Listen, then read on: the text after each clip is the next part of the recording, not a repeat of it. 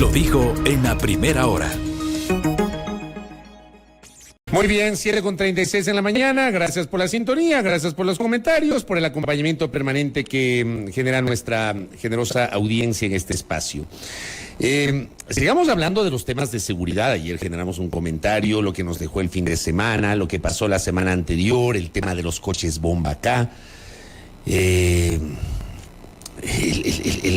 episodio este de la Concordia, donde hay este video en donde se ve ahí a unos ampones disparando en una vivienda. Entiendo que les repelieron igualmente con armas de fuego, luego huyen en un vehículo y explota este vehículo. O sea, qué barbaridad. Es una locura lo que estamos viviendo en el Ecuador. Le quiero pedir la visión a un especialista en la materia, el señor arquitecto Fernando Carrión Mena, que está conectado con nosotros a esta hora. Señor arquitecto, bienvenido, buen día, ¿cómo le va? ¿Qué tal, Fabricio? Un saludo cordial a todos ustedes y obviamente a la audiencia. Gracias a usted, señor arquitecto. Le pregunto a usted, si uno exagera, si dice que lo de los coches bomba de la semana anterior no tiene precedente reciente en la capital de la República. No, en absoluto. Yo creo que es algo inédito en Quito y ahí yo podría abundar un poco más.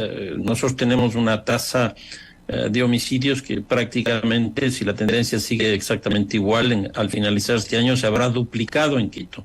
Es una cosa espantosa. Y ahí tenemos quizás tres hechos que han modificado sustancialmente las tendencias de esta franciscana ciudad de Quito. Uno, lo que ocurrió en el Comité del Pueblo a principios de año, cuando se produjo un linchamiento de un barrio frente a una estructura criminal y incendiaron tres casas. Eso no habíamos tenido nunca.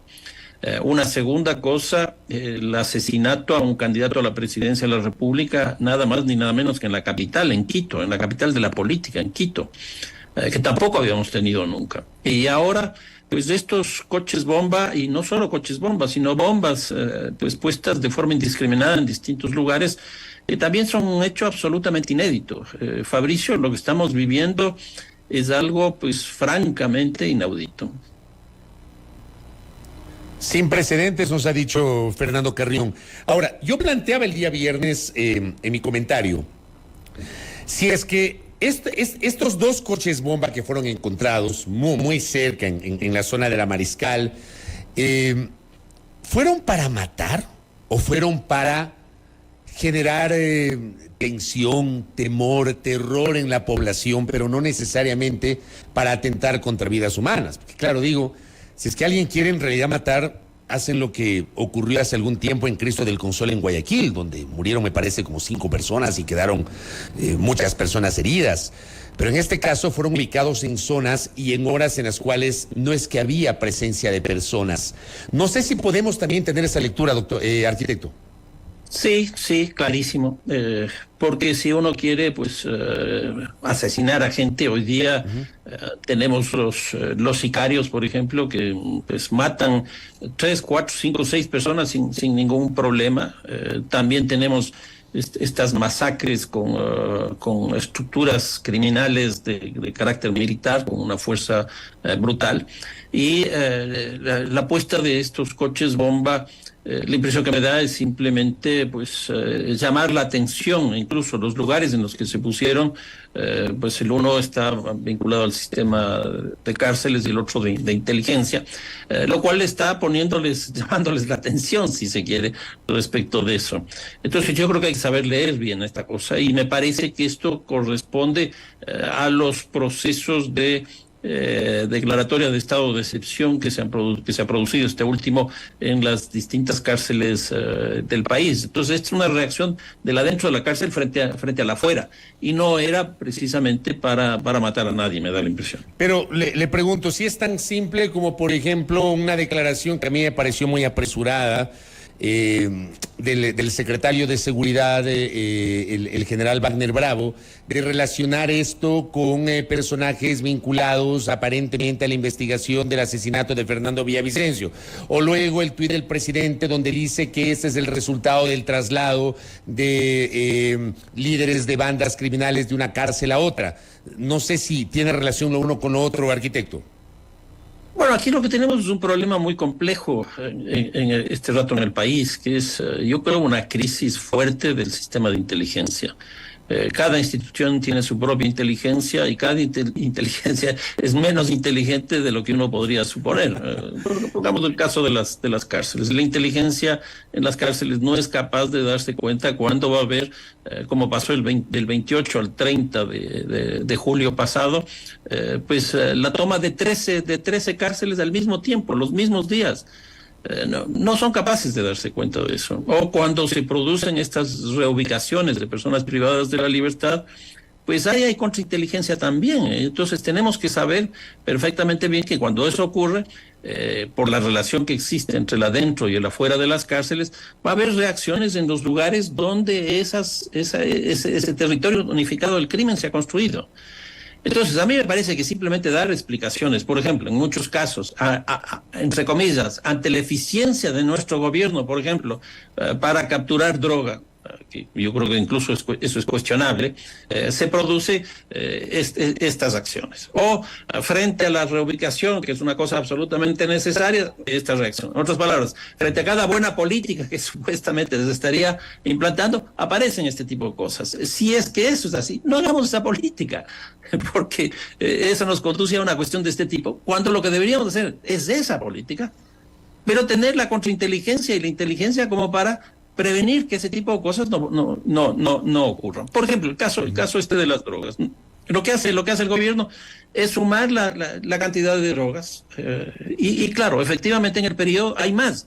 Pero cuando nosotros vemos año por año, vamos a ver, por ejemplo, que en el año 2021, que fue el año que más se capturó en toda la historia del Ecuador, que fue 211 toneladas, al siguiente año, si el año pasado 222, se cayó a 201 toneladas, o sea, menos. Y este año la impresión que yo tengo que va a ser menos de 200. Entonces, yo creo que por un lado esa eficiencia, entre comillas, no es tan cierto, y por otro lado, las consecuencias de esa eficiencia tampoco me parece que es correcto como para justificar lo que está pasando. El presidente Lasso, el 31 de agosto, el jueves pasado, había publicado: las medidas que hemos tomado, en especial en el sistema penitenciario, han generado reacciones violentas de las organizaciones criminales que pretenden amedrentar al Estado. Pero estamos firmes y no vamos a retroceder en el objetivo de capturar a peligrosos delincuentes, desarticular bandas delictivas y pacificar las cárceles del país. En la lucha contra el crimen organizado necesitamos el trabajo de todo el Estado, pero énfasis en el sistema de justicia. Les pido a los jueces que actúen con celeridad y mucha rigurosidad. Este tuit del presidente, entiendo, se dio después de que se conoció la aparición de los 2 coches bomba en la capital. ¿Cómo interpreta usted este post del presidente Lasso, arquitecto?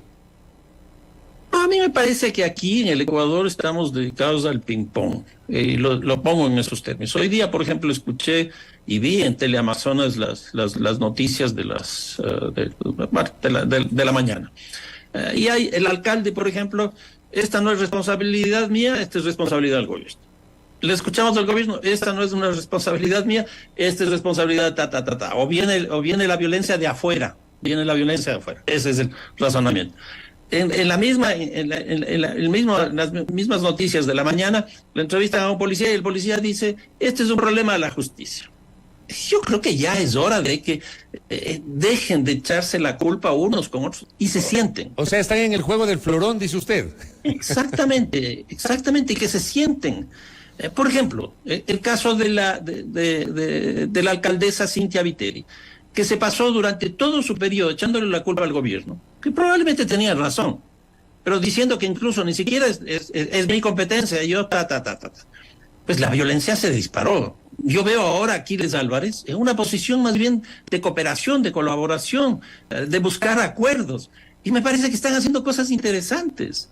Yo creo que eso es lo que tendría que hacerse también aquí en Quito, y no solo en Quito, en el Ecuador, que se sienten justicia, fiscalía, policía, fuerzas armadas, Ministerio del Interior, que incluso yo ya no le siento al Ministerio del Interior en todo este tipo de cosas, a no ser para decir que estamos mejorando, cuando en realidad lo que está pasando es lo contrario. O que retomamos el control de las cárceles, que ya le voy a preguntar eso también. Pero vea, y esto también fue materia de mi comentario el pasado viernes, y se lo dije ayer al presidente de la Judicatura que estuvo acá, el doctor Wilman Terán. O sea, Lo ideal sería la coordinación, o sea, en un mundo ideal es lo lógico. Exacto, pero digo, exacto. yo le dije al presidente de la Judicatura, yo no entiendo cómo, porque en medio estamos los ciudadanos. La Judicatura está peleada con la Corte de Justicia, resulta que la Fiscalía también, el Ejecutivo cuestionando a la Judicatura. Yo en esas condiciones no veo posibilidades de que se sienten las autoridades, entendiendo que esto rebasa sus afectos o desafectos personales y que hay un bien superior que somos los ciudadanos y la seguridad nuestra, arquitecto. O sea, con las autoridades peleadas, ¿de qué coordinación podemos hablar? Y aquí dos cosas, Fabricio. La Asamblea, cuando terminó su periodo por este adelanto de las elecciones, tenía 5% de aceptación. La justicia tenía el 8% de aceptación. La policía el 10% de aceptación. Y el presidente de la República bajo el 10%. Es decir, la legitimidad se cayó por la violencia. Y el echarle la pelota al otro lo que hace es deslegitimar más de esto y profundizar más la violencia. Y una cosa adicional, Fabricio, a todo esto. La violencia no es nuestra, la violencia viene de afuera. Entonces viene con los migrantes, o viene por el Castel de Sinaloa, o viene por el Castel ta. Pero internacionalmente tampoco hacemos nada. Entonces, si viene de afuera, lo lógico sería pues corregir eso para que no entre. Pero esa es la lógica que nosotros tenemos. Yo estoy muy preocupado y estoy, francamente, Fabricio, muy pesimista. ¿Por qué? Porque vamos a tener el cambio de gobierno en diciembre. De aquí a diciembre yo no veo en absoluto un cambio de actitud de ninguna institución, ni tampoco de ninguna política. Lo que va a existir de aquí a diciembre es más de lo mismo. Y luego con el próximo gobierno, lo que va a pasar es que vamos a entrar ya en la campaña electoral para el 2025. El 1 de enero estaremos ya en campaña electoral. Claro. Y con un problema adicional, Fabricio, el fenómeno del Niño, que según fuentes todavía discutibles, no se tiene claridad, se caería la economía entre un 5 y un 9%. Es decir, más o menos lo que pasó con la pandemia. Y la pandemia nos generó violencia. Yo no veo, francamente, de aquí a diciembre algo interesante, y el año y medio del próximo gobierno, pues tampoco. Acá tengo unos aportes gracias a Melania que me está escribiendo. Me dice: se creó inteligencia penitenciaria en la reforma a la Ley de Seguridad Pública del Estado vigente desde mayo del 2023. Pero el CIES, el Centro de Inteligencia Estratégica, lo que antes se llamaba la CENAIN, no hace su trabajo como ente rector para institucionalizarla, busca excusas y se niega a hacerlo. La amenaza al Estado es de inteligencia. En este momento el CIES está bajo la conducción del coronel Fausto Cobo Montalvo. El presidente de la República tenía 30 días para convertir en ministerio al SNAI, al Servicio Nacional de Atención Integral a Personas Adultas Privadas de la Libertad de Adolescentes Infractores, el nombre larguísimo que tiene el SNAI. No lo hace hasta la fecha y se le venció el plazo para el reglamento de la Ley de Seguridad Pública y luego la reforma en mayo. Se les venció además el plazo para convocar al Consejo de Política Criminal e institucionalizar el Ministerio de Política Criminal. Para esa coordinación estatal es el Consejo de Política Criminal, pero poco o nada les importa. Yo me he quedado loco leyendo esto. No sé si usted tenía referencia de esto que me están escribiendo. Pues una barbaridad. Algo, pero es absolutamente cierto. Si el propio Ministerio del Interior uno podría decir que no existe, porque el presidente, cuando creó esto, dio 100 días para que se haga el ministerio y no se hizo. No se hizo. O sea, lo único que está haciendo es operando, pero sin tener una estructura jurídica para eso. Entonces es absolutamente cierto lo que dicen. Y yo creo que, de las investigaciones que he hecho, el crimen en el Ecuador cambió desde el 2010 para acá. Si hasta el 2010 era lo que yo llamo algo así como la violencia tradicional, que es esta cosa de estrategias de sobrevivencia, esta cultura lúdica de que nos tomamos un trago y alguien muere, asimetrías de poder, cosas de este tipo.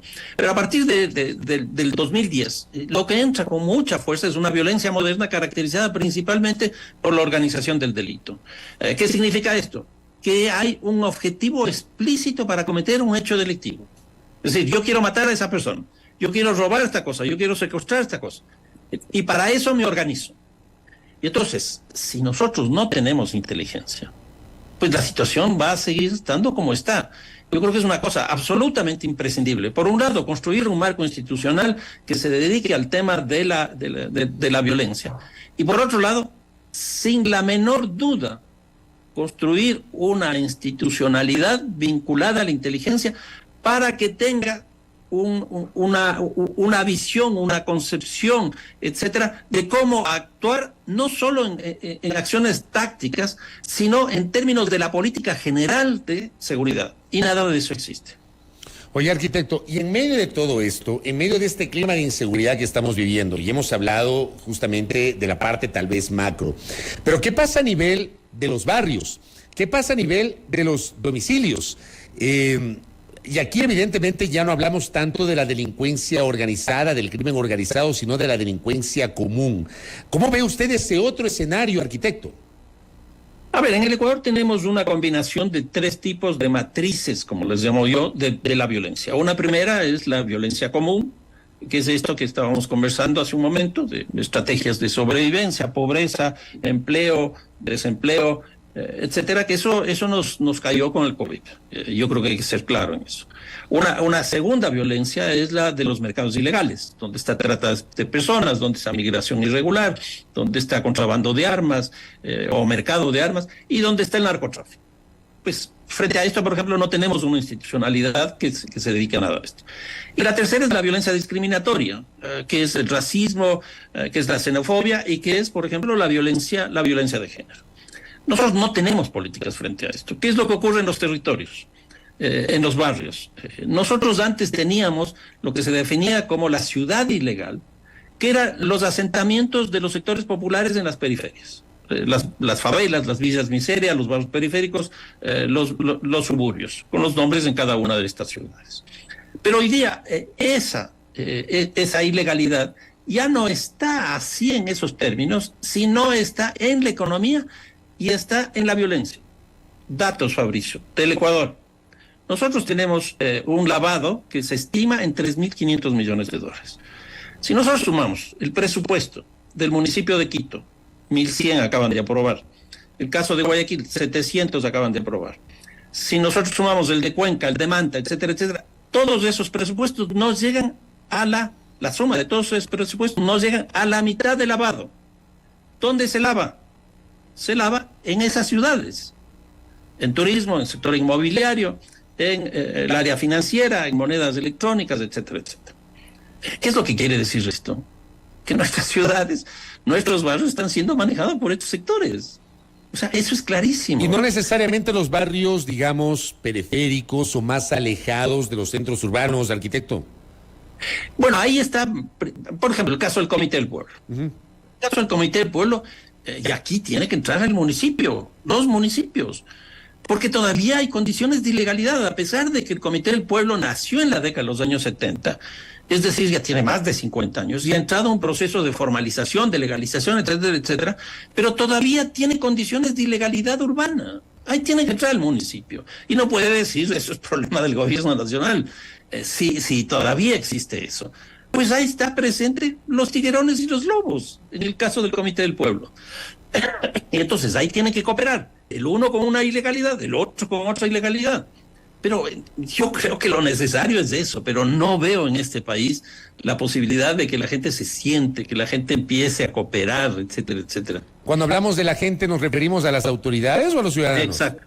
No, a las autoridades y a las instituciones. Claro, porque yo, por ejemplo, yo ayer comentaba, ¿no? Y decía, de nada sirve que tal vez en los barrios, creo que en muchas ocasiones en los barrios planteamos como comunidad algunas alternativas de convivencia. En mi barrio, por ejemplo, en el sector de Carcelén, estamos recogiendo firmas para pedir la iluminación del Parque Einstein, por mencionar un ejemplo, que es un parque oscuro, necesitamos iluminación, que se pueda garantizar un poquito de seguridad. Pero yo digo, de nada sirve que nos activemos los ciudadanos, entre vecinos, que tratemos de autoprotegernos o de protegernos en comunidad.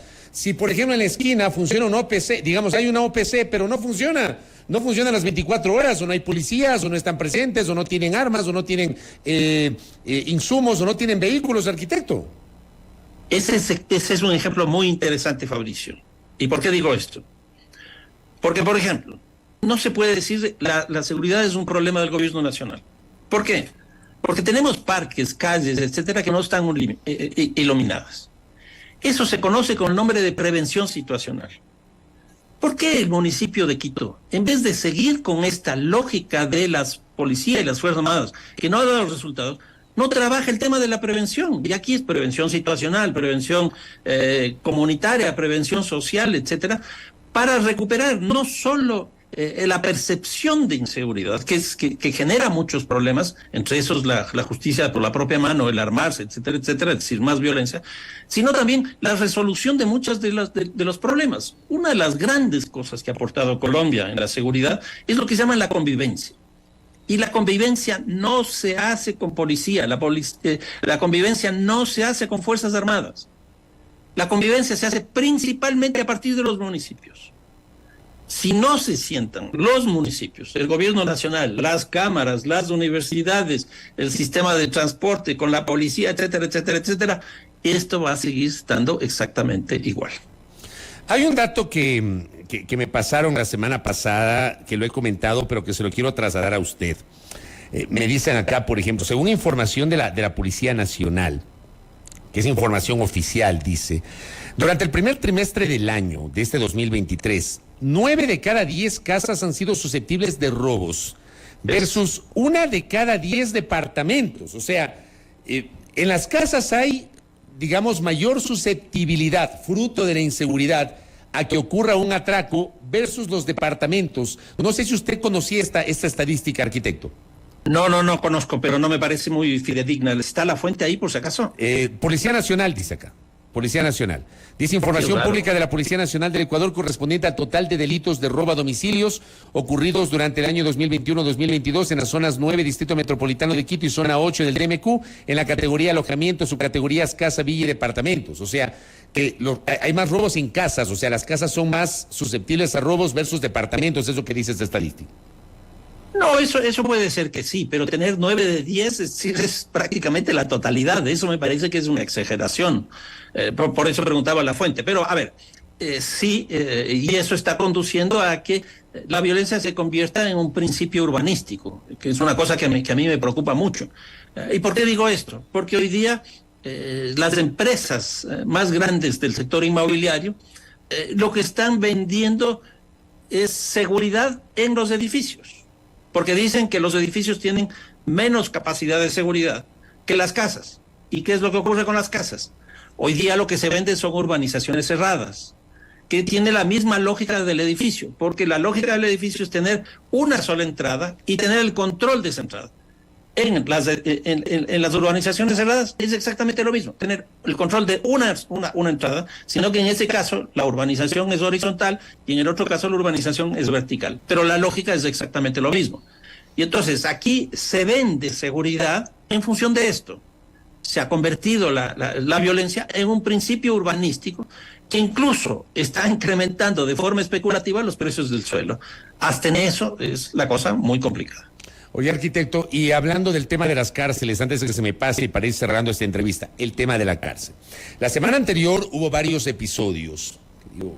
Si es que no se filtra la información, tal vez no nos enteramos. Hubo retención de policías y guías penitenciarios en la cárcel de Machala y en la cárcel de Turi, en la provincia de Azuay. El gobierno, un par de días después, salió a decir que está controlada la situación, que han retomado el control. Mi pregunta es si el Estado tiene el control o no del sistema carcelario, o seguimos utilizando eso como una frase cliché. Hemos retomado el control, pero resulta que nunca lo han tenido y no lo tienen en el sistema penitenciario, arquitecto.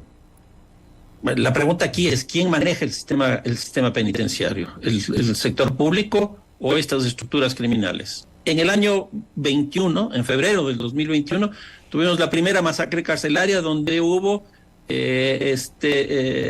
4 cárceles involucradas en 3 provincias distintas el mismo día. Del 28 de julio al 30 de julio, es decir, hace poco tiempo, ya no fueron 4 las cárceles, sino fueron 13 las cárceles, Fabricio. Y ahí se produjo justamente esta descripción que está haciendo. La segunda cosa, ya no fueron 3 provincias, fueron 7 las provincias. Y ya no fue un día, fueron 3 días, 3 días y medio en realidad. ¿Quién es el que maneja las cárceles? Hoy día he visto, por ejemplo, en el Diario Universo, que yo leo habitualmente el Diario Universo, que el consumo en este año, hasta este momento, de droga es de 1 tonelada, Fabricio. 1 tonelada dentro de las cárceles. Que el sistema carcelario, que en la penitenciaría del litoral, uno de los pabellones genera ingresos, genera ventas por $70,000 a la semana. Multipliquemos $70,000 por semana por 12 pabellones, por 4 para hacer por mes, y eso por 12 para hacer por año, y eso nos da $41 millones. ¿Qué significa eso? Que dentro de las cárceles se mueve más dinero que el presupuesto que se le asigna para las mismas. Y yo creo que es clarísimo, clarísimo. Las cárceles están siendo manejadas por las estructuras criminales. No es un proceso de privatización convencional que se hace un concurso, etcétera, términos de referencia, todo eso, sino que es una privatización de hecho sobre la base de sectores privados y legales. Y yo por eso sostengo, y es una cosa fuerte la que sostengo, es que el sistema carcelario es una institución pública al margen de la ley. Y la solución sería elevar el SNAI, como decía uno de nuestros mensajes que le leí, y conforme lo que dice la ley, a la categoría de ministerio. Yo no creo tanto como eso, pero a mí me parece que el Ministerio del Interior tiene que cambiar. No puede seguir siendo un Ministerio de la Policía. En ese contexto debería ser este Ministerio del Interior un Ministerio de la Seguridad Ciudadana. Que ahí debería estar la cárcel, ahí debería estar la policía, ahí debería estar la inteligencia, y ahí deberían formularse las grandes políticas para montar un sistema nacional de seguridad ciudadana. ¿Y por qué la cárcel debería estar ahí? Porque lo que estamos viendo es que la cárcel no es una institución autónoma de los hechos delictivos que se producen en nuestro país. Todo lo contrario. Desde adentro salen los hechos delictivos. El presidente mismo, como hace un rato veíamos, dice que nosotros hemos reubicado tales personas y lo que ha ocurrido es tal cosa, afuera de las cárceles. Lo que decía yo hace un momento, 13 recintos carcelarios, 7 provincias. ¿Por qué? Porque hay una relación entre el adentro y el afuera. Me parece que la cárcel, el sistema carcelario, 36 que tenemos en el Ecuador, deberían estar en el Ministerio del Interior, que incluso debería cambiar el nombre y llamarse Ministerio de la Seguridad Ciudadana, y en ese contexto, pues trabajarlo no solo desde la perspectiva de la rehabilitación y la reinserción, sino también del control de los hechos criminales que se producen al interior y desde el interior hacia afuera. Con esto termino. El ministro del Interior ayer en alguna declaración ha dicho textualmente, déjeme que por aquí tengo a la mano la declaración del ministro del Interior el día de ayer. Dice, el gobierno tiene en la mira trabajar hasta el 30 de noviembre. En diálogo con Diario La Hora, el ministro Henry Bucalón indicó que el Ejecutivo planifica finalizar su gestión el 30 de noviembre del 2023, o sea, ya tienen un derrotero. Sobre inseguridad señaló que existen acuerdos con Estados Unidos y Israel que están programados para desarrollar a lo largo de 7 a 10 años. La nueva presidencia deberá respetar para que estos convenios puedan traer al país recursos económicos e inteligencia para actuar contra los grupos de delincuencia organizada transnacional. ¿Qué le parece esta declaración del ministro? Con esto cierro, arquitecto. Bueno, el convenio con los Estados Unidos va a empezar a funcionar a partir de febrero, es decir, que en este año, en este gobierno, eso ya no va a tener su presencia. Que el Mossad está aquí, es decir, la agencia de inteligencia de Israel está acá, está trabajando, que el FBI está aquí, está trabajando, pero los resultados todavía no se ven. Yo creo que uno de los temas, que es lo que planteaba hace un momento, más importantes es trabajar en términos internacionales, pero si el Ecuador no tiene una política internacional sobre el tema de narcóticos o sobre el tema de violencia, ¿qué es lo que puede proponer ahí hacia afuera? Pues que presentar el sombrero para que le caigan recursos para cualquier cosa. Por ejemplo, nosotros le tenemos mucho más peso a la política frente a la cuenca del Pacífico que frente a la cuenca del Amazonas. Por eso es que en el Ecuador solo se habla de los carteles mexicanos y los carteles colombianos. Pero ¿qué sabemos de los italianos? ¿Qué sabemos de los brasileños? Pues nada.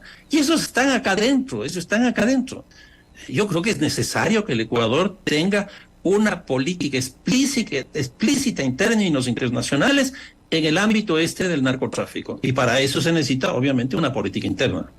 Y solamente una cosa adicional que me escribe mi colega Iván Morales y pregunta si la policía está capacitada para controlar el sistema carcelario o necesita otro tipo de perfil para esta actividad. Bueno, en principio los que tienen que trabajar ahí son los guías penitenciarios. Lo que se ha hecho en el caso del Ecuador es formar 3 anillos. Uno, que estén los guías penitenciarios que están en el interior, por eso que a ellos les secuestran. En segundo lugar, el segundo anillo es la policía y el tercer anillo es las Fuerzas Armadas.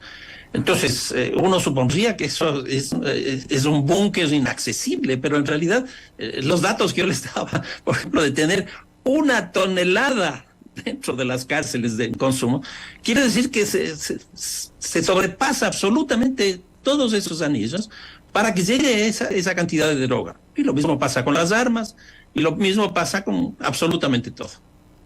Correcto, arquitecto Fernando Carrión, gracias por el tiempo, por los aportes para el debate sobre los temas de inseguridad, de los cuales usted es un conocedor, muy amable.